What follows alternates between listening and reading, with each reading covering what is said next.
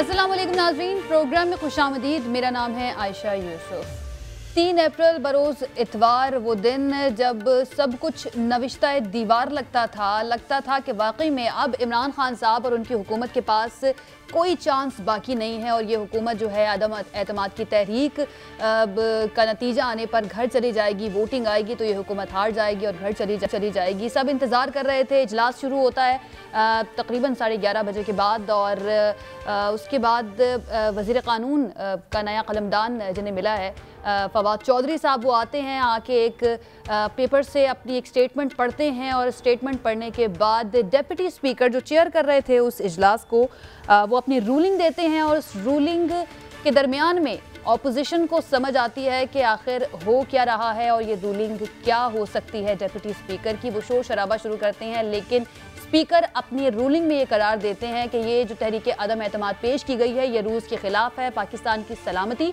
और ख़ुद मुख्तारी के ख़िलाफ़ है, इसलिए वो इस तहरीक अदम एतमाद को मुस्तरद करते हैं और उसके बाद वहाँ से उठकर चले जाते हैं। ऑपोजिशन रहनुमा वहीं पर मौजूद रहते हैं, शोर शराबा करते हैं और कहते हैं कि ये आइन की खिलाफ वर्जी की गई है, गैर आइनी इक़दाम किया गया है। अपनी वो असम्बली से जाकर बैठते हैं और वहीं पर उनकी जानिब से एक प्रॉपर एक असम्बली का इजलास जो है वो होता है, तहरीक अदम एतमाद भी वो कामयाब करवा लेते हैं। लेकिन क्योंकि डिप्टी स्पीकर अपनी रूलिंग दे चुके होते हैं तो फैसला होता है कि इस मामले को अब सुप्रीम कोर्ट में लेकर जाना है। सुप्रीम कोर्ट में अब ये मामला जा चुका है और सुप्रीम कोर्ट ने ये डिसाइड करना है कि डिप्टी स्पीकर ने जो रूलिंग दी थी वो आइन के मुताबिक ही है या फिर गैर आइनी है, या फिर अगर गैर आइनी है या आइन के मुताबिक है तो क्या सुप्रीम कोर्ट स्पीकर या डिप्टी स्पीकर की रूलिंग जो है उसके ऊपर कोई फैसला कर सकता है या इस मामले को चैलेंज किया जा सकता है या नहीं किया जा सकता। आज भी इस केस की समाअत हुई है सुप्रीम कोर्ट में और उसके बाद कल 12 बजे तक के लिए मुलतवी कर दिया गया है। इस मामले पर बहुत ज़्यादा हम गुफ्तगू नहीं करेंगे क्योंकि ये सब जुडिस है, लेकिन अब फैसला ये होना है कि ये जो इक़दाम किया गया है डिप्टी स्पीकर की जानिब से और ये सुप्रीम कोर्ट ने इसके ऊपर फैसला देना है कि वाकई में ये जो असम्बलियाँ डिज़ोल्व करना है और उससे पहले डिप्टी स्पीकर की रूलिंग जो है आइन के मुताबिक है या नहीं है। उसके साथ साथ जो नेशनल सिक्योरिटी काउंसिल का एलामिया सामने आया था जिसके अंदर इंटरनेशनल इंटरवेंशन की बात की गई थी कि पाकिस्तान की हुकूमत जो इस वक्त मौजूद है उसके खिलाफ साजिश की गई है। अपोजिशन रहनुमाओं की जानिब से ये कहा गया कि उसके मिनट्स जो हैं उनको पब्लिक किया जाए ताकि आवाम के सामने आए कि बेसिकली उसमें क्या बातचीत हुई, क्या वाकई अदम एतमाद का जिक्र हुआ या नहीं। उसका एलामिया जो सामने आया था उसमें तमाम स्टेक होल्डर्स की जानिब से यही कहा गया था कि डिमार्श किया जाएगा। जो एक मुल्क है, नाम नहीं लिखा गया था उस मुल्क का, लेकिन क्या अमेरिका जिसका वज़ीर आज़म ने जिक्र किया है, अगर माजी में देखा जाए ना सिर्फ पाकिस्तान की सियासत में या पाकिस्तान की तारीख़ में बल्कि दीगर ममालिक पूरी दुनिया की तारीख़ में, क्या अमेरिका इंटरवेंशन या इन्वेजन दूसरे ममालिक में नहीं करता रहा है। एक रिसेंटली आज के दिन अमेरिकी सदर जो बाइडन का एक बयान जो है वो सामने आया है, वो मैं आपको दिखाऊंगी जैसे ही वो हमारे पास मौजूद होता है। लेकिन बात यह है कि अगर एक सुपर पावर अमेरिका किसी तरह से किसी मुल्क के अंदर उसकी खुद मुख्तारी के ख़िलाफ़ जाकर किसी तरीके से इंटरवेंशन करने की कोशिश करता है उसकी पॉलिटिक्स में, तो फिर उसका जवाब क्या होना चाहिए। क्या पूरे मुल्क को इकट्ठे होकर नहीं बैठना चाहिए इस तरह की इंटरवेंशन के ख़िलाफ़? क्या किसी भी मुल्क को ये आज़ादी होनी चाहिए या इख्तियार होना चाहिए कि वो हमारी पाकिस्तान की सियासत या किसी भी मुल्क की सियासत के अंदर इंटरवेंशन करके किसी को इस्तेमाल करके इस्तेमाल किसी भी तरीके से करके, कुछ भी साबित तो डेफिनेटली अभी तक नहीं हुआ कि किस तरह से किया गया है, लेकिन ये इख्तियार जो है होना चाहिए या नहीं होना चाहिए, इस सारे मामले पर बात करते हैं। उसके साथ आखिर में अब्दुल अलीम खान साहब ने आज प्रेस कॉन्फ्रेंस किया, उनका भी हम जिक्र करेंगे कि उन्होंने वज़ीर आज़म इमरान खान साहब को चैलेंज किया कि आए मेरे सामने बैठे, अगर मैं झूठा हुआ उन्होंने कई इल्ज़ामात भी लगाए हैं और कहा है कि मेरे पास मैसेजेस पड़े हुए हैं कि किस तरह से उस्मान गुज़ार साहब की करप्शन जो है वो मैं आप तक पहुँचाता रहा, यानी कि वज़ीर आज़म इमरान खान साहब तक, लेकिन आपने कुछ नहीं किया। अगर आप सच्चे हैं तो मेरे सामने आए, मैं वो मैसेजेस भी मीडिया को देने के लिए, आवाम के सामने रखने के लिए तैयार हूँ, और अगर मैं झूठा हुआ तो उन्होंने कहा है कि फिर मेरे साथ जो मर्ज़ी सलूक किया जाए। अपने जो पैनलिस्ट हैं उनका मैं इंट्रोडक्शन करवा देती हूँ। राजा आमिर अब्बास साहब कानून हमारे साथ मौजूद हैं, जमशेद इकबाल चीमा साहब रहनुमा तहरीक इंसाफ हमारे साथ मौजूद हैं, बैरिस्टर आमिर हसन रहनुमा पीपल्स पार्टी हमारे साथ मौजूद है। बहुत शुक्रिया हमारे मेहमानों का हमें ज्वाइन करने के लिए। राजा आमिर अब्बास साहब, ये मामला अब क्योंकि सियासी तो था ही, लेकिन अब ये कानूनी और आईनी भी हो चुका है। तो आगाज़ मैं आप ही से करूँगी। सबसे पहले तो ये आपकी अपनी राय क्या है, ये जो असेंबली में हुआ कल आइन के मुताबिक था? देखिए, हम बीइंग ए लॉ स्टूडेंट इसको अगर हम परखते हैं तो आइन की जो आर्टिकल है 5 असल में वो इसका बेस बना है। और आर्टिकल 5 क्या है, वो कहता है लॉयल्टी टू द स्टेट, ठीक है। और उसमें फिर क्या जो स्पीकर साहब थे उन्होंने अपनी मर्जी से कोई फैसला कर लिया कि जनाब यहाँ लॉयल्टी का सवाल आ रहा है या यहाँ पे हमारे मुल्क की सालमियत का सवाल आ रहा है। तो उन्होंने रेफर कर दिया कि इस मुल्क का सबसे बड़ा सिक्योरिटी का इदारा है जिसे हम नेशनल सिक्योरिटी कमेटी कहते हैं, उन्हों के पास जब ये मैटर गया, वो खत जो इमरान खान ने लहराया था, जब वो उन तमाम जो उसके मेंबर्स हैं, और ज़हन में रखिए उसके मेंबर्स कौन है, उसके मेंबर्स हैं हमारे तीनों अफवाज के सरबराह, इस मुल्क के आए, इस मुल्क के जो वो चीफ ऑफ क्या नाम है वो जो उनसे हैं चीफ ऑफ स्टाफ वो हैं, और उसमें प्राइम मिनिस्टर बैठे हैं।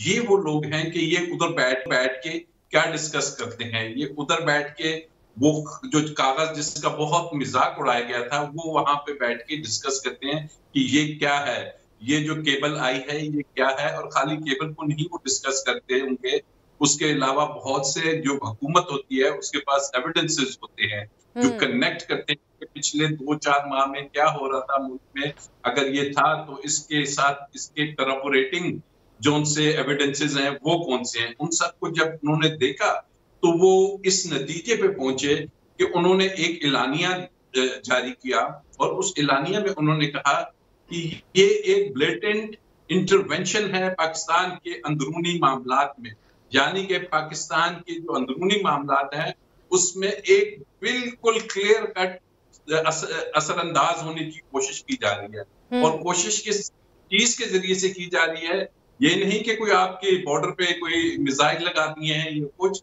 कोशिश की जा रही है एक वोट ऑफ नो कॉन्फिडेंस के जरिए, ठीक है, जिसके लिए उनके पास एविडेंसेस हैं और वीडियोस और जो भी चीजें हैं।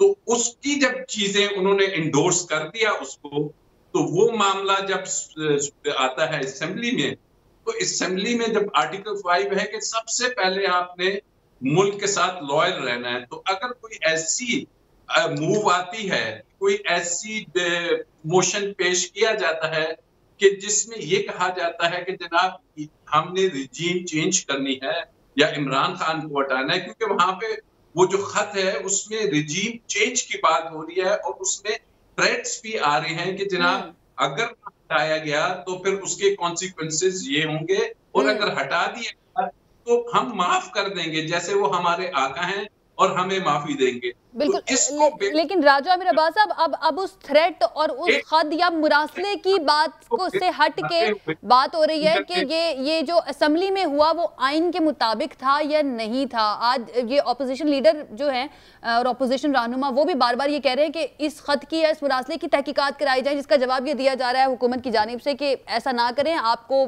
शर्मिंदगी का एक ग्रेव कॉन्सिक्वेंसेस जो हैं वो उठाना पड़ेंगे।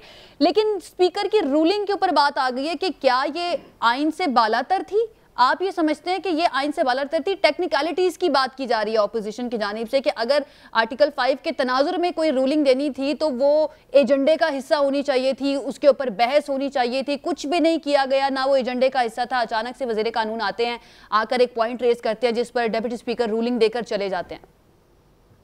देखिए, बड़ी सिंपल सी बात है, हाइपर टेक्निकलिटीज में जाने की जरूरत नहीं है।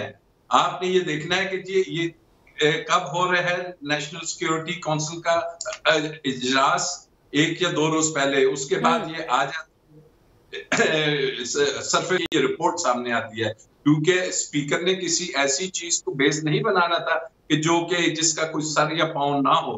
तो जैसे ही ये आती तो क्या लोग ये चाहते कि काउंटिंग हो जाती, वोट हो जाता, ये सब कुछ उनकी मंशा के मुताबिक, फॉरेन एजेंडे के मुताबिक हम वो चेंज कर देते, तो उसके बाद फिर आपके पास क्या रह जाता? क्या आइन इस चीज की इजाजत देता है कि यही वो लॉयल्टी ऑफ स्टेट है? और यही बात अब जब सुप्रीम कोर्ट में खुलेगी, अभी तक तो सुप्रीम कोर्ट में केस का आगाज भी मैं समझता हूँ नहीं हुआ। और जब ये बात की कि जनाब ये जो उन्होंने फैसला दिया है वो किस बेस पे दिया है, तो फिर वहां के जो ये कह रहे हैं ना कि इंक्वायरी होनी चाहिए, आपके ख्याल में वो इंक्वायरी नहीं हुई? तो जो 3 सरबराहान है अफवाज के, आपके ख्याल में डीजीआई वहां पे है, क्या वो इंक्वायरी और कौन करता है? आपने इंक्वायरी इंडोर्स किया है, बिल्कुल नेशनल सिक्योरिटी कमेटी ने इंडोर्स किया है इस एलामिये को। एक सवाल का जवाब दे दीजिएगा राजा मीराबाद साहब, उसके बाद मैं अपने अगले गेस्ट की जानिब जाऊं। ये जिन टेक्निकलिटीज आप कह रहे हैं कि टेक्निकलिटीज में जाने की जरूरत नहीं है, लेकिन ऑपोजिशन इन्हीं टेक्निकलिटीज को बुनियाद बना रही है, क्या इनकी बेस पर उन्हें कोई रिलीफ मिल सकता है? देखिए अब ये तो सुप्रीम कोर्ट ने डिसाइड करना है, ठीक है, कि टेक्निकलिटीज हैं, मुल्क की सालमियत की बात है, उसके अलावा ये देखना है कि जी उस पूरी इस जो वोट ऑफ नो कॉन्फिडेंस है, क्या इसके पीछे वाकई ही कुछ इस किस्म के एलिमेंट्स थे, ये वो तमाम चीजें हैं। और यकीन रखिए कि ये जो अपोजिशन को अगर ये चीजें ओपन हो गई तो अपोजिशन जो है वो सियासी पार्टियां हैं, और अगर ये बात सरफेस करके आती है कि वाकई ही एक तो इस मुल्क की नेशनल सिक्योरिटी काउंसिल ने उसको इंडोर्स कर दिया, ठप्पा लगा दिया, और उसके बाद अगर इस मुल्क की सबसे बड़ी अदलिया ने भी इस चीज को, जो स्पीकर का अमल है उसमें इंटरफेयर ना किया, तो यकीन मानिए कि अवाम तो पहले ही इन चीज से बहुत गुस्से में आते हैं कि किस तरह एक बैरूनी हाथ हमारे मुल्क में आके हुकूमतें बदलते हैं और हुकूमतें चेंज करते हैं। तो ये बहुत बड़ा एक सियासी नुकसान भी होगा। सही है। जमशेद इकबाल चीमा साहब, खान साहब ने कहा था कि इतवार का रोज सब बहुत एंजॉय करेंगे, बड़ा सरप्राइज है, ट्रम्प कार्ड है, तो ये आपके लिए भी सरप्राइज था या आप लोगों को मालूम था कि इस तरह से कुछ होने वाला है? देखें, ये बड़ी सदमे की बात है।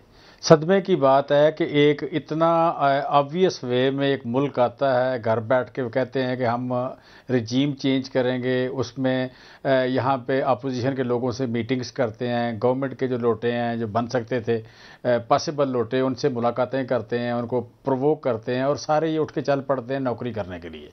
सो मैं समझता हूँ कि ये फिर अगर ये बात पोशीदा रहती तो शायद तारीख में कभी 10 साल 20 साल बाद खुलती तो और बात है। अभी जब ओपन हो गई तो इसे तो चाहिए था कि फ़ौरन खड़े होकर डिस ऑन कर देते कि जी हमें पता नहीं था, हमें पता नहीं था, हमें पता नहीं था। अगर हमें पता होता तो हम इसके साथ कभी भी न चलते। सो मैं समझता हूँ कि आज अगर फजलुर रहमान साहब या जरदारी साहब या नवाज शरीफ साहब, शहबाज शरीफ साहब, वो अभी भी साथ उसके खड़े हैं, एक इतनी जो एक कॉन्स्पिरेसी कह लें, एक बगावत कह लें इस मुल्क में, गैर मुल्की मुदाखलत कहें, गैर मुल्की मुदाखलत या परायों की चाकरी कह लें, परायों की चाकरी जो है अपने मुल्क के खिलाफ काम करने वाली जो बात है वो करना, वो एक पकड़ी गई, ऑब्वियस हो तो समझ नहीं आती। मुझे तो सदमा हुआ इस बात का। सो मैं तो बिल्कुल इस सिचुएशन को एंजॉय नहीं करता। मैं सियासतदान हूँ, और सियासतदानों पे इस तरह के इल्ज़ामात और सच्चे इल्ज़ामात हों तो फिर मतलब इज़्ज़त वाली कौन सी बात है? ये कौन सा इज़्ज़त वाला प्रोफेशन है कि देखें एक आम आदमी जो है मिडिल क्लास का, अपर मिडिल क्लास का, वो भी आप कह लें कि उस पर उसके नज़रियात होते हैं। तो हम तो कस्टोडियन, हम तो इस मुल्क की वेल बीइंग के कस्टोडियन हैं। तो जो लोग इस मुल्क की कस्टोडियन हैं, जिन्होंने 3-3 4-4 बार हुकूमत की है, उनके सामने वो बाकायदा एक साजिश में शामिल होते हैं, पैसों इसमें, और फिर दूसरा इसमें कि ज़मीर खरीदने, ज़मीर बेचना, ये दो चीज़ें बड़ी ऑब्वियस हैं। किसी ने इनकार नहीं किया, ना बिकने वालों ने इनकार किया, ना खरीदने वालों ने इनकार किया। सो गैर मुल्की ताकतों को बिकना हो या बोर डाउन करना हो, या आप कह लें कि विद इन द कंट्री बिकना हो या खरीदना हो या बोर डाउन करना हो, ये दोनों लेवल पे कह लें कि बड़ी ही अफसोसनाक सिचुएशन है। सही है। तो हम तो बिल्कुल इसको एंजॉय नहीं कर रहे। लेकिन खान साहब ने कहा था कि सब बड़ा एंजॉय करेंगे। आप नहीं कर रहे, लेकिन खान साहब ने पहले कह दिया था कि इतवार को सब बड़ा एंजॉय करेंगे। बहरहाल बैरिस्टर आमिर हसन साहब भी हमारे साथ मौजूद हैं। बैरिस्टर साहब, ये क्या हो गया? ऑपोजिशन बड़ी पुरएतमाद थी, 172 से कई ज्यादा बंदे लेकर असेंबली में गई और अचानक से नॉकआउट ही हो गई असेंबली के अंदर। बहुत शुक्रिया जी। बताएं क्या हो गया? हुकूमत टूट गई। वो हुकूमत जिसके बारे में सुबह शाम इमरान खान से लेके हर बंदा कहता था कि हम अपनी मुद्दत पूरी करेंगे और इसके बाद 2023 में भी हम आएंगे, और अगर इनकी हुकूमत 1.25 साल पहले चली गई है और अपने हाथों से तोड़ी है खुद को हमला करके, तो फिर इसमें खुशी मनाने के आपने कभी ऐसा हुक्मरान भी देखा है? अपनी हुकूमत खत्म करके खुद ही नाच गाने में लग गए, खुद ही जश्न मनाना शुरू कर दे। देखिए 27 फरवरी को पिछले महीने पाकिस्तान पीपल्स पार्टी ने अपने अवामी मार्च का आगाज किया और चेयरमैन बिलावल भुट्टो ने उससे बहुत पहले वजीर आजम से इस्तीफे का मुतालबा किया और साथ कहा कि असेंबलियां डिसॉल्व प्राइम मिनिस्टर कर दें, ये उनके हक में बेहतर होगा। तो हमने तो जो एक अवामी मार्च किया और जो मांग हुकूमत इमरान खान की खत्म हो चुकी है और इलेक्शन की तरफ अगर कौम जाएगी तो हमें तो कोई घबराहट नहीं है। अब घबराहट नहीं है तो ये सुप्रीम कोर्ट में फिर आपकी मामला लेकर चले गए ना इन्होंने जी। देखिए, सुप्रीम कोर्ट ने सो मोटो लिया है और सुप्रीम कोर्ट ने सो मोटो इसलिए लिया है कि सबको नजर आ रहा है कि आइन को किस तरह सैबोटाज किया गया है। सबको बात समझ आती है कि 177 लोग अपोजिशन जमात के 177 इनके मुनहरफ अराकीन को पीछे कर दें। 177 लोगों ने इस हुकूमत पे अदम एतमाद का इजहार किया है। इमरान खान ने उन्हें गालियां भी बकी, इमरान खान ने उन्हें वापस आने का लालच भी दिया, उन्हें वजारतें भी ऑफर की, यहाँ तक कि परवेज इलाही साहब वापस आए तो उन्हें 10 सीटों के साथ वजारत आला पंजाब दे दी। मतलब इस लेवल तक गिर गए कि वो आज इनकी देखे ना पीटीआई जिस शख्स ने इनके पंजाब में टिकट दिए थे अलीम खान, वो क्या कह रहे हैं, जो गवर्नर है इनके वो क्या कह रहे हैं। पीपल्स पार्टी भी तो तैयार हो गई थी ना और ऑपोजिशन जमातें भी तो तैयार हो गई थी काफ लीग को वजारत आला देने के लिए अगर अदम एतमाद में साथ देते हैं वो।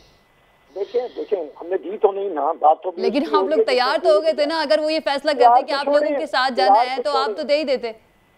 अच्छा मेरी बात सुने, अब जो हुआ है काम उस पे नहीं, जो नहीं हुआ आप उस पे बहस कर नहीं आप जो तनकीद कर रहे हैं मैं उसके ऊपर आपको दलील दे रही हूँ ना। मैं जो आप बात कर रहे हैं उसके ऊपर मैं आपको दलील दे रही हूँ। अच्छा बहरहाल मुझे ये बताइए ये जो बैरूनी कुव्वतों, चले कर लें बात जी, कर लें आप पूरी कर लें। बात ये है कि जो हुआ नहीं वो दलील नहीं होती, जो हो गया है दलील वो होती है। तो इसलिए इन्होंने परवेज इलाही को वजारत आला दे दी, हर एक को ऑफर की। पहले कहा तुम्हारे बच्चों की शादियां नहीं होंगी, तुम्हारे बच्चों को स्कूल नहीं को जाने देगा। फिर इमरान खान ने कहा कि मैं बाप हूँ, घर वापस आ जाओ, और कोई नहीं आया। उसके बावजूद अपोजिशन जमातों ने इन्हें छोड़ा और ये 177 के साथ आ रहे। अब होता ये है कि एकदम 7 मार्च का ये जो खत का बड़ा तमाशा लगाया जा रहा है, ये 7 मार्च को इनके मुताबिक वो नोट्स लिखे गए हैं सफीर की तरफ से और 16 मार्च को उसी को इन्होंने दावत दे के तारीफ की है, ट्वीट रिकॉर्ड पे आ गई है। और उसके बाद 7 से लेके 27 मार्च तक ये क्यों खामोश रहे 20 दिन? इनकी गैरत कहाँ थी उस वक्त? कहाँ पे सारा ये साजिश कहाँ थी? उससे पहले इन्होंने अदम एतमाद से बचने के लिए ओआईसी के पीछे छुपने की कोशिश की कि ओआईसी का इजलास है और हमने करनी भी कौमी असेंबली हॉल में है। फिर हमने कहा कि इजलास जरूरी है आइन के तहत, तो इन्होंने कहा ये जी देखें जी ओआईसी नहीं होने दे रहे, ये गद्दारी है। हर बात पे ये गद्दारी ले आते हैं। बात ये आज हमने ऑफिशियली पाकिस्तान पीपल्स पार्टी के प्रेसिडेंट ने और चेयरमैन ने मुतालबा किया है सिक्योरिटी कमेटी से कैबिनेट की कि आप लोग ये बताएं कि क्या बात हुई और क्या फैसला हुआ, और कभी भी विदाउट इन्वेस्टिगेशन कोई फैसला नहीं होता। अब ये जिम्मेदारी है उनकी भी, और दूसरा ये लेटर सुप्रीम कोर्ट के पास भी है।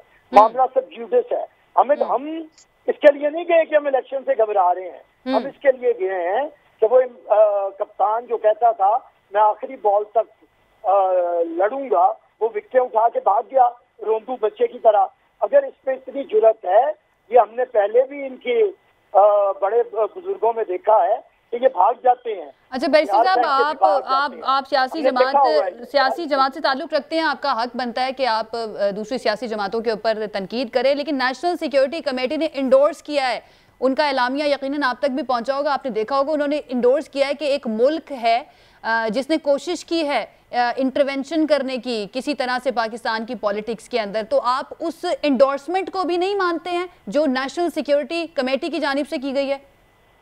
देखिए अर्जुन साहब, इंडोर्समेंट कैसे कर दी उन्होंने? एलामिया जारी किया है हुकूमत ने, और वो हुकूमत एक तमाशा कर रही है। डीजी आईएसपीआर ने एक प्राइवेट चैनल से गुफ्तगू किया है, उन्होंने कहा है कि जो पाक अफवाज है उनका भी वही मौकफ है जो नेशनल सिक्योरिटी काउंसिल का एलामिया है, उनका भी वही मौकफ है। मेरी बात सुनिए, आप इस मामले को इस तरह ना बनाएं। इसका मतलब है कि पाकिस्तान के अंदर इमरान खान के अलावा सारे गद्दार हैं। नहीं, मैं ये बात तो नहीं करी, मैं तो सिर्फ आपका मौक़िफ़ जानना चाह रही हूँ ना कि अगर आप हुकूमत की बात नहीं मानते, जो इस वक्त हुकूमत में है पाकिस्तान तहरीक। मैं आपकी बात सुन रही हूँ, लेकिन नेशनल सिक्योरिटी काउंसिल या नेशनल सिक्योरिटी कमेटी की इंडोर्समेंट है, जिसके अंदर स्टेक होल्डर्स कौन कौन है, chairman joint chiefs of staff committee, तीनों जो चीफ्स हैं वो उसके अंदर मौजूद है, DGISI मौजूद है, नेशनल सिक्योरिटी एडवाइजर मौजूद है, तमाम बड़े मौजूद हैं। अगर आप उनकी इंडोर्समेंट भी नहीं मानते हैं तो फिर आपने किसकी इंडोर्समेंट माननी है? इतना लंबा सवाल कर दिए, थोड़ा सा उससे ज्यादा टाइम देके मेरा जवाब। चले आप ज्यादा बात ये है, उनकी एंडोर्समेंट की बात नहीं है, इसका तरीकाकार किसी की एंडोर्समेंट नहीं होती। सिक्योरिटी काउंसिल कमेटी फैसला कर देगी, क्या कोई इन्वेस्टिगेशन नहीं होती? क्या कोई सुप्रीम कोर्ट का ये कोई कमीशन नहीं बनना चाहिए? बिला वजह एक शख्स आया, हुकूमत बचाने के लिए उसने आके खत ले आया, और उस खत के ऊपर जिस शख्स के बारे में ये 20 दिन इमरान खान क्यों नहीं बोला, 7 मार्च से लेकर 27 मार्च तक? अगर मुल्क के खिलाफ इतनी बड़ी साजिश थी तो इमरान खान क्यों था? बिल्कुल बिल्कुल, ये सवाल बनता है, क्यों खामोश है? ये सारा तमाशा है, और ये बात सब हो जाएगी। आप इनके प्रोपेगेंडे में न जाएं, सारे भी बोलेंगे सुप्रीम कोर्ट में ये मामला सब जुडिस है, वहां पे ये लेटर आ चुका है, सारी बात होगी।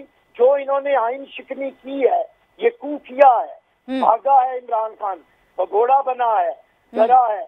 जब तक ये लोग इसके साथ थे, वो बाज़मीर थे, भले वो 40-40 साल हमारी जमातों में रहे थे, उन्हें ये तोड़ के लेके गया शुजा पाशा की बंदूक की नोक पे। उस वक्त ये सारे बड़े महान थे, इनके गले में वो पटे डाले जा रहे थे, उस वक्त ये बड़े महान थे। लेकिन जब वो अपनी जमातों में वापस गए, जिन जमातों ने उन्हें नाम दिया, पहचान दी, तो अब वो बेजमीर हो गए हैं।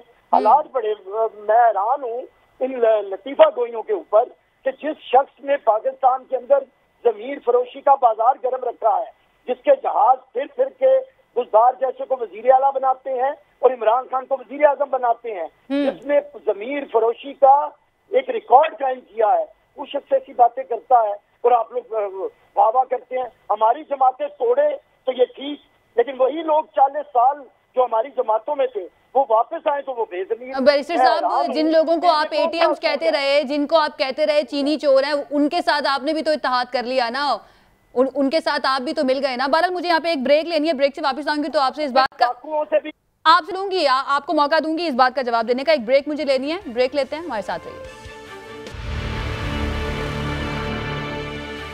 जी नाज़रीन, ब्रेक के बाद खुश आमदीद। राजा मीर अब्बास साहब, बड़ा अहम मामला है कि ये भी है जिसके ऊपर डिबेट भी की जा रही है और सुप्रीम कोर्ट में बात भी हुई है कि क्या स्पीकर के इख्तियारात को डेप्यूटी स्पीकर इस्तेमाल कर सकता है या नहीं कर सकता। तो आपकी राय इस बारे में क्या है कि क्या डेप्यूटी स्पीकर के इख्तियारात को इस्तेमाल करते हुए रूलिंग दे सकते हैं? देखिए, ये अभी मामला शुरू हुआ है, अब चूंकि सुप्रीम कोर्ट में ये है तो पे मैं थोड़ा सा अवॉइड करूंगा, क्योंकि मैं खुद सुप्रीम कोर्ट का लॉयर हूँ और ये कि चीज सही क्या है या गलत क्या है ये तो अब सुप्रीम कोर्ट में ही फैसला होगा। आइन क्या कहता है, मैं ये जो आपकी राय जानना चाह रही हूँ इस बारे में। स्पीकर की डेफिनेशन है, उसमें उन्होंने कहा है कि अगर डिप्टी स्पीकर भी होगा तो वो भी स्पीकर ही तस्वर होगा उसके, क्योंकि अगर ऐसी बात हो तो खुदा न खास्ता अगर जैसे ये लास्ट डे था, काउंटिंग होनी थी नॉर्मल, अगर ये वो वोट ऑफ नो कॉन्फिडेंस होता, स्पीकर अलील हो जाते शदीद, तो क्या डिप्टी स्पीकर, क्योंकि आइन तो कहता है 14 दिन के अंदर अंदर कराना है, तो फिर क्या होता है ऐसी सिचुएशन में, तो वो इख्तियारात नीचे ट्रेवल कर जाते हैं और वो उसी तरीके के एक्टिंग वो होते हैं। अब एक और बड़ा इंपॉर्टेंट क्वेश्चन आज सुप्रीम कोर्ट ने उठाया, जो ये बात हो रही है कि जनाब वो क्या था, उसमें उन्होंने कहा कि जी ठीक है, ये सियासी पार्टियां जो आई हुई हैं इन्हें एक चीज का जवाब दें कि जब पार्लियामेंट में वहां की पार्लिमानी कमेटी ने बुलाया और सबको कहा कि हम आपको ब्रीफिंग देंगे और ये देखिए कि ये है क्या चीज, तो उसका इन सब ने बायकॉट किया। खासकर शहबाज शरीफ था जो कह रहे थे कि अगर ये हमें दिखाएं, पार्लियामान में लाएं और अगर ये दुरुस्त हुआ तो मैं आपके साथ खड़ा हूंगा और इस साजिश के खिलाफ हूंगा। लेकिन जब ये मसला आया इनको बताने का और ब्रीफिंग का, तो इन तमाम ने बायकॉट किया। अब ये चीजें इन्होंने अदालत को सेटिस्फाई करना है कि कौन सी वजूहात थी कि इन्होंने उस तमाम चीजों को बायकॉट किया। और फिर उन्होंने, जैसे मैंने शुरू में कहा, एक तो हाइपर टेक्निकल चीजें हैं, दूसरी ये चीजें हैं कि क्या वो जो जिस बेस पे ये रूलिंग आई है वो बेस है, अगेन मैं कहूंगा कि वो ही इस कमेटी का भाई इसका सिक्योरिटी कमेटी का जो सा एलानिया है और उसकी जो फाइंडिंग्स है, ये सिर्फ एलानिया नहीं है, फाइंडिंग्स हैं, और वो डॉक्यूमेंट्स अगर आएंगे सुप्रीम कोर्ट के पास, यकीनी तौर पे वो मंगा सकती है और गालिबन आएंगे भी। और उसके बाद सुप्रीम कोर्ट अगर कहती है कि नहीं, this is a valid reason, कि ऐसी सूरत में तो हम बिल्कुल, ये तो पर्पस नहीं है कि कल को कोई शख्स एक ले आता है रेजोल्यूशन और उसमें कोई ऐसी चीजों जो आइन और कानून के मुतसाद हो, तो फिर क्या उसको इजाजत दे दी जाएगी? तो these are very important questions जो आगे आप आएंगे, और जब आएंगे तो उसमें फिर ये भी नहीं हो पाएगा कि ये विड्रॉ कर ले कोई अपनी पिटीशंस, क्योंकि ये सो मोटो है, फिर सुप्रीम कोर्ट इसको चलाएगी, और ये जब चलेगा, ये जो कहा जा रहा है ना बड़ा जल्दी से फैसला कर दे, ऐसे इसका फैसला नहीं होना, क्योंकि इसका फैसला किसी शख्स के लिए नहीं है, इसका फैसला के लिए या पीटीआई के लिए नहीं है, इस मुल्क के लिए है कि क्या इस मुल्क की रिजीम्स चेंज ऐसे हो सकती हैं और हो जाएंगी। तो ये अब वो डिटर्मिनेशन है कि इस मुल्क की आला अदलिया ने ये बताना है कि जो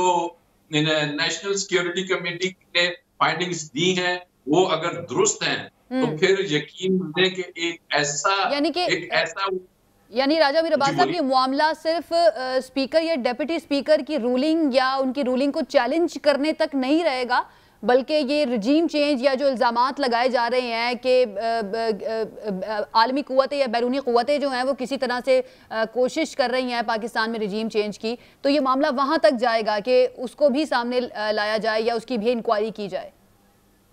बिल्कुल ये जाएगा। और एक चीज और देखिए कि इस वक्त दुनिया में जो जंगें होती हैं, वो जिसको हम कहते हैं फिफ्थ जनरेशन वॉरफेयर, वो फिफ्थ जनरेशन वॉरफेयर इसी अंदाज में होती हैं कि कोई लाके टैंकों से आपके मुल्क को कब्जा नहीं करेगा, वो कब्जा करेगा अपनी पसंद की गवर्नमेंटें लाएं, और फिर आजाद खारजा पॉलिसी जो सी बात है उसमें हमें क्या उसमें बताया गया है कि उस जो इंस्ट्रूमेंट्स हैं, ये वो जो केबल है आई है कि जनाब पाकिस्तान को कहा गया है कि आप क्रेमलिन या रशिया क्यों जा रहे हैं।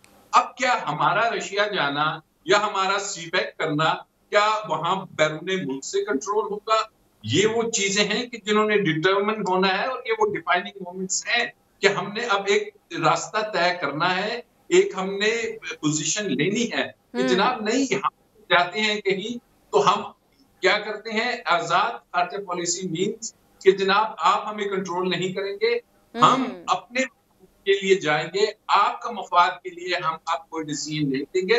तो ये बहुत बड़ा मुझे लगता है कि बनता हुआ केस नजर आएगा, जिसके न सिर्फ पाकिस्तान की पॉलिसी साजी में बल्कि यहाँ की जो सियासत उस पे भी बहुत गहरा असर होगा। ठीक है जमशेद इकबाल चीमा साहब, ब्रेक पर जाने से पहले बैरिस्टर साहब की गुफ्तगू आप भी सुन रहे थे, और ऑपोजिशन के कई रहनुमा बार बार ये कह रहे हैं कि इसके ऊपर तहकीकात भी होनी चाहिए, और कुछ ये इल्ज़ाम भी लगा रहे हैं, कुछ सहाफ़ी भी हैं, कुछ पॉलिटिशियंस भी हैं, वो कह रहे हैं कि ये झूठा ख़त है या मरासला जो है इसके अंदर कोई तब्दीली की गई है, इस हुकूमत ने झूठ बोला है। तो आपको भी लगता है कि तहकीकात होनी चाहिए, दूध का दूध पानी का पानी हो जाए कि वाकई में ऐसी कोई साजिश हुई है पाकिस्तान के खिलाफ या नहीं?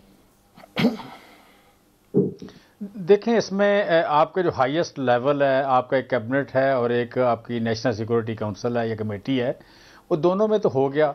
बाकी बात रह जाती है कि आपने पार्लिमानी कमेटी को कहा कि आप आके देखें, वहाँ ये खुद नहीं आ रहे, ये दोबारा देख सकते हैं, ये चांस कहीं गया हुआ तो नहीं है। देखें, ये एक ऐसी चीज़ है कि ये पाकिस्तान की तारीख़ में एक आप कह लें कि बुरे अल्फाज से या बुरे वाक़े के तौर पर, ये डरावने ख्वाब के तौर पर याद रहेगी। जिस तरह आप कह लें कि कभी भी कहीं भी किसी ने अगर मुल्की मुफादात के ख़िलाफ़ काम किया है तो वो तारीख़ का हिस्सा बनता है। सो ये भी एक वाक़या ऐसा है कि जहाँ पे एक मुल्क बैठ के तय करता है कि जनाब इस मुल्क में फ़लाँ हुकूमत होगी। अब 74 साल आज़ाद होने के बाद भी अगर अमेरिका डिसाइड करता है कि हुकूमत कौन सी होगी और कौन से लोग उठेंगे, जाके तरीक़े अदम एतमाद करेंगे, किस तारीख को करेंगे, किसको कितने पैसे मिलेंगे, कौन उसके साथ कौन कौन होगा, तो इसका जिक्र तो आना ही आना है। इसकी इंक्वायरी भी होनी है और होनी चाहिए। ये मुमकिन ही नहीं है कि इसकी इंक्वायरी ना हो। ये ख़त एक बच्चे में के पास जाना है, ये व्हाट्सएप पे जाना है, ये लोगों ने पढ़ना है, इस पर डिस्कशन होनी है, और इसका भुगतान भुगतना है लोगों ने, जो लोग इसके होते हुए आज भी बढ़ के मारे तमाशा कह रहे हैं इसको।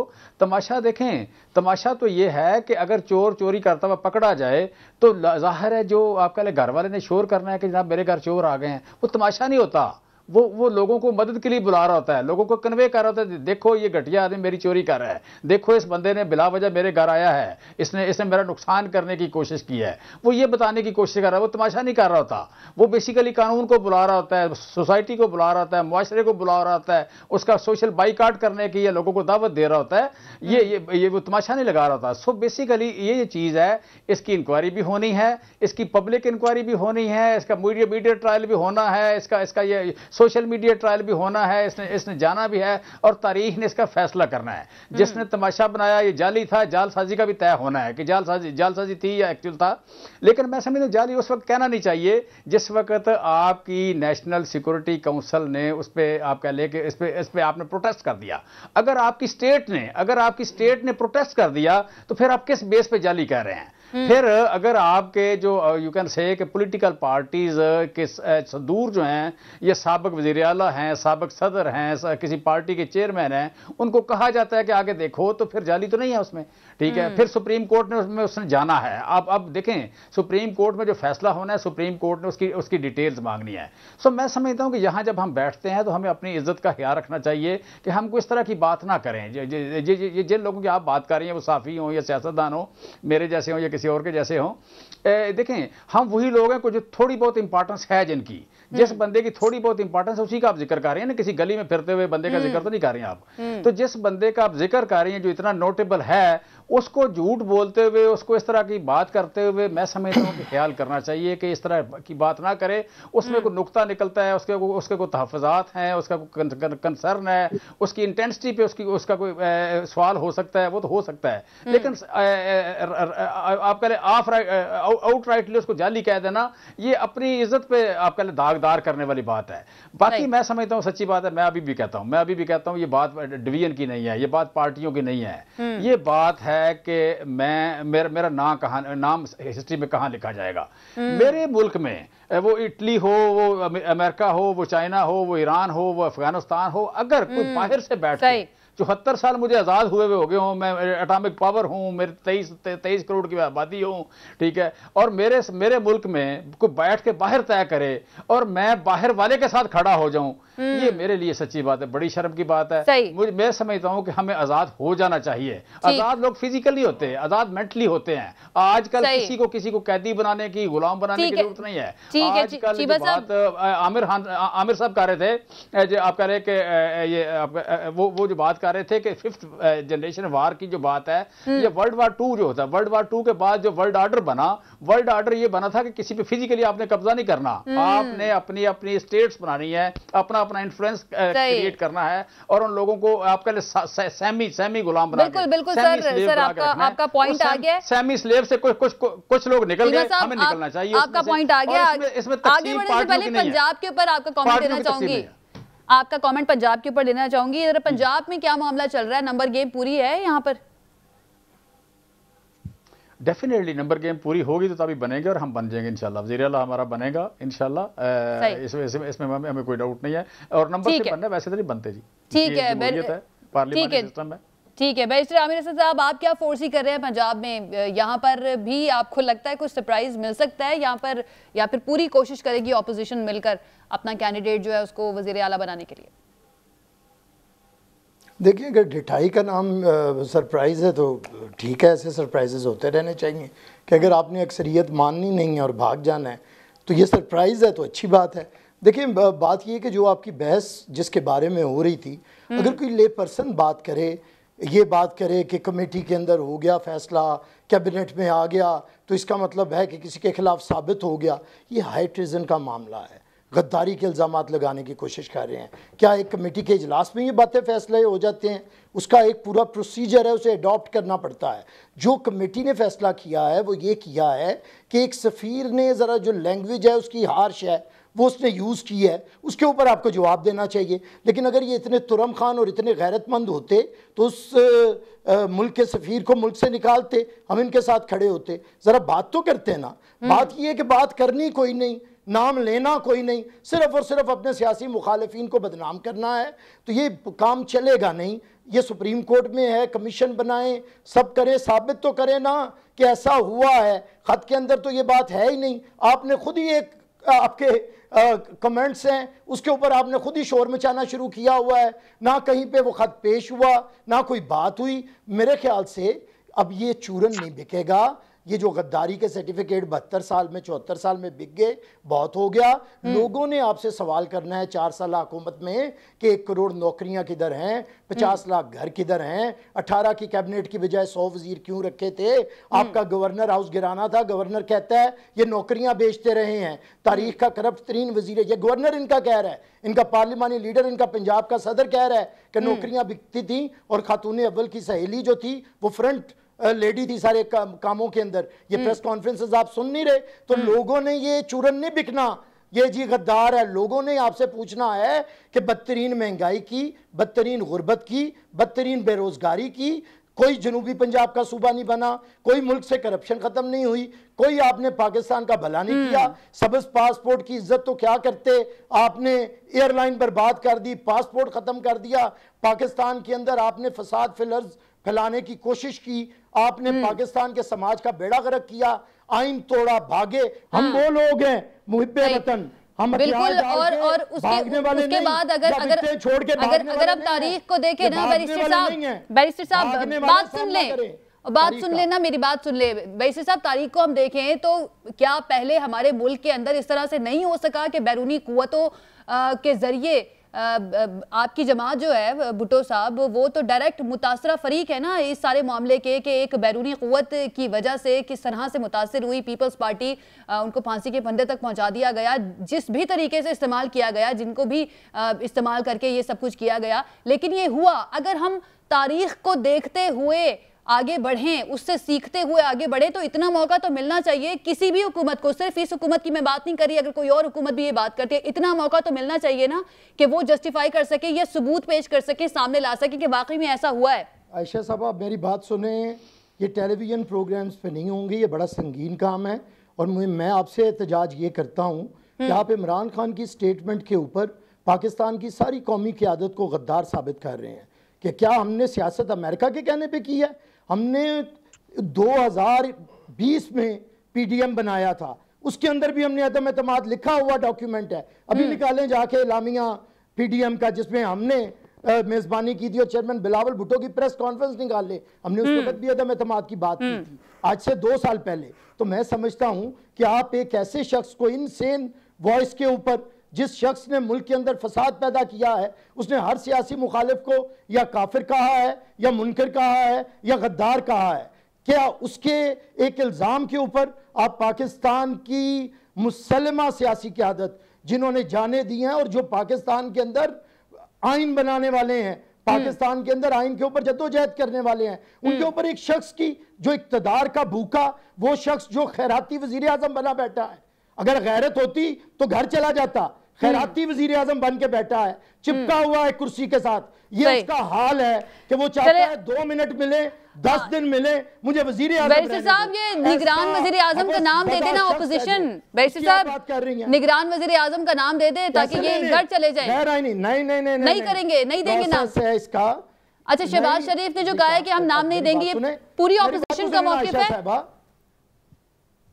आयशा साहब बात सुने, अगर गद्दार हैं मियां शहबाज शरीफ, अगर वो वोट से इसकी हुकूमत गिराएं तो वो गद्दार हैं, लेकिन निगरान वजीर आजम मियां शहबाज शरीफ की मर्जी से बनाना है, ये मंतक आप जरा मुझे समझाएं कि कहीं गद्दारों की जरूरत है और कहीं गद्दारों को कौमी असम्बली में बैठने नहीं देना और असम्बलियां तोड़ देनी है और उनकी अक्सरियत साबित नहीं होने देनी। जरा मुझे समझाएं तो सही, हम आपकी कौन सी बात माने। इमरान हमें अगर गद्दार समझता है, ठीक है, हमारे मशवरे पे मेरे पास आखिरी मिनट है, बनाया जाएगा आईनी तरीके से। ठीक है, सुन लें, आईनी तरीके से बनाया जाएगा। आइन के अंदर जो है इमरान खान और उसके प्रेसिडेंटिस्ट की मर्जी से नहीं बनाया जाएगा। आप देखें तो सही, इन लोगों पे आर्टिकल 6 लगने लगा है, आप देखिएगा अभी थोड़े दिन के अंदर। सही इमरान का तमाशा ठीक है।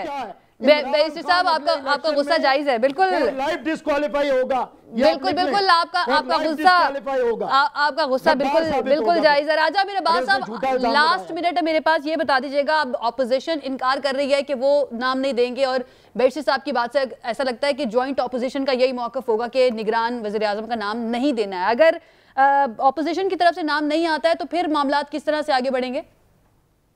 देखिए, ऑपोजिशन की तरफ से नाम अगर नहीं आता, मैं समझता हूँ नाम जरूर आएगा, और अगर नाम नहीं आता तो फिर जो नाम जाएगा प्रेसिडेंट के पास, वो कहेंगे कि जी ये नाम आगे हैं, ऑपोजिशन का नाम नहीं आ रहा। तो ऐसी सूरत हाल में फिर एक कमेटी बनाई जाएगी 4 मेंबरान की। अगर उसमें भी नाम नहीं आता तो फिर जो नाम आए हुए हैं वो इलेक्शन कमीशन ऑफ पाकिस्तान के पास चले जाएंगे, और इलेक्शन कमीशन ऑफ पाकिस्तान जो 2 या 3 नाम होंगे उसमें से किसी एक को केयर टेकर वजीर आजम बना देगा। ये आर्टिकल 224 लिखा हुआ है बड़े क्लियर। ठीक है चीमा साहब, मौका दें बैरिस्टर साहब, मैंने आपको बड़ा मौका दे दिया, मुझे चीमा साहब का लास्ट कमेंट लेना है।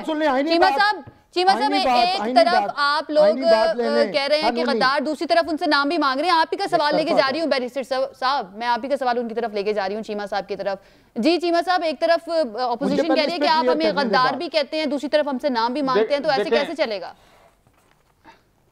देखें, इसमें आप कह लें कि एक्शन जो है वो मतलब गद्दार है बहुत बड़ा लफ्ज़ है, लेकिन एक्शन ये है कि आप किसी के कहने पे काम करते हैं, कर रहे हैं तो गलत कर रहे हैं यकीनन। और उस बात पे जो आप कह लें एक फॉरेन मोटिवेटेड एक या फॉरेन पैसे से चलती हुई कोई चीज़ है, उसके होते हुए आप उस मतलब आप कह लें वो एजेंडा पूरा नहीं हो सकता, नहीं करने दिया जा सकता, वो एक अलग बात है। बाकी यह है कि आप कह लें कि यहाँ की जमहूरी पार्टियाँ हैं, जमहूरी पार्टियाँ उनके पास मैंडेट है, लिमिटेड है, छोटा है, बड़ा है, किसी के पास बड़ा मैंडेट है, किसी के पास छोटा है, उसकी हमने कदर करनी है, क्यों नहीं करनी? वो तो सिंपल सी बात है, वो एक आईनी तरीका है। ये भी आईनी तरीका है कि आप किसी फॉरेन मोटिवेटेड किसी का एजेंडा टो कर रहे हैं, किसी का एजेंडा पूरा करने की कोशिश कर रहे हैं, तो आपको इस बात पे माफ नहीं किया जा सकता। वो भी, और इसका फैसला होना है, इसका फैसला तारीख ने भी करना है, लेकिन चीमा साहब फिर आप जिनके ऊपर इल्जाम लग रहा है उन्हीं को मौका भी दे रहे हैं कि निगरान वजीर आजम के लिए नाम लेकर आए। नहीं देखें, इसमें मैं समझता हूँ कि देखें इलेक्शन में तो जाए के बगैर चारा ही नहीं है। ये 23 करोड़ का मुल्क बगैर इलेक्शन के, बगैर मैंडेट के नहीं चल सकता। लिहाजा इलेक्शन जो है, और उसकी पहली बात है कि फ्री एंड फेयर हो, उसकी ट्रांसपेरेंसी इंश्योर हो, उसमें इलेक्शन कराने वाले जो हैं, जो रेफरी हैं, वो सामने आप कह लें कि उस कंसेंसस से हों। ये तो जरूरी चीजें हैं, लेकिन वो उन्हीं के कंसेंसस से आएंगे जिनको आप कह रहे हैं कि वो और बने हुए बैरूनी साजिश होंगे। बहुत शुक्रिया जी हमारे मेहमानों का हमें ज्वाइन करने के लिए। वक्त हमारे पास खत्म हो गया, अपना ख्याल रखिए, कल एक मरतबा फिर से हाजिर होंगे। इजाजत दीजिए, अल्लाह हाफिज।